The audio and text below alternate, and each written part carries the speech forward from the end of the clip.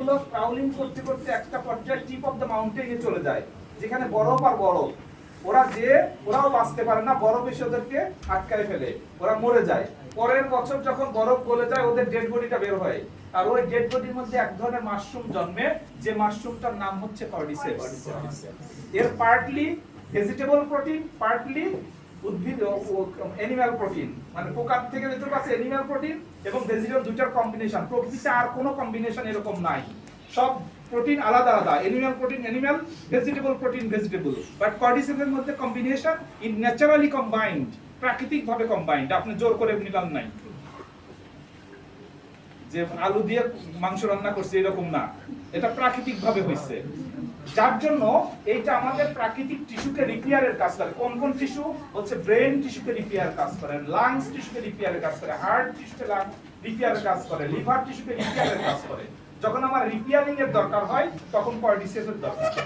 আর এই কর্ডিসেপস আমাদের যেহেতু সে রিপেয়ার করে, আবার সে ভালো টিস্যুকে আরো ভালো করতে পারে। এই জন্য বাচ্চাদের জন্য কর্ডিসেপস কফি খাওয়াইতে পারি। কর্ডিসেপস যেসব বাচ্চারা খুব দৌড়াদৌড়ি, দুরন্ত বাচ্চা আছে না, খুব ভালো খেলাধুলা করতে চায়, খেলাধুলা করে, ওদের জন্য কর্ডিসেপস কফি, কর্ডিসেপসের সিরিয়াল, এগুলো আদর্শ খাবার।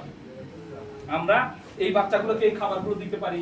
যারা খুব অসুস্থ আছে, অ্যারিথমিয়া আছে, হার্টের ফাংশনগুলো ঠিকমতো পাম্প করে না, কখনো করে কখনো করে না, করলে বেশি করে আবার করেই না, এরকম আছে না, এর ফলে অ্যারিথমিয়া।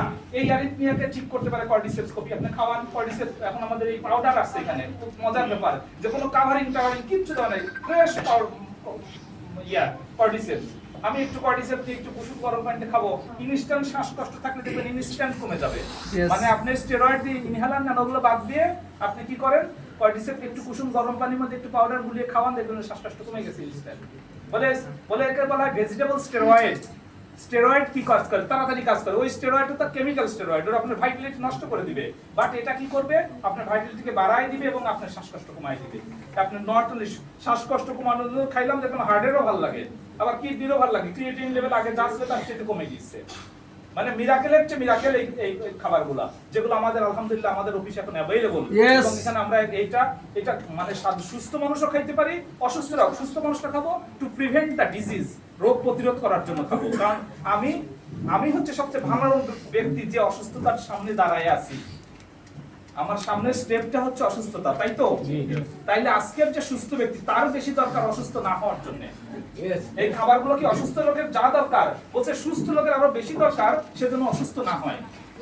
আজকের যে সুস্থ ব্যক্তি, সে হচ্ছে অসুস্থতার দ্বার প্রান্তে, তাকে প্রিভেনশনের জন্য এই খাবারগুলো খুবই বেশি দরকার।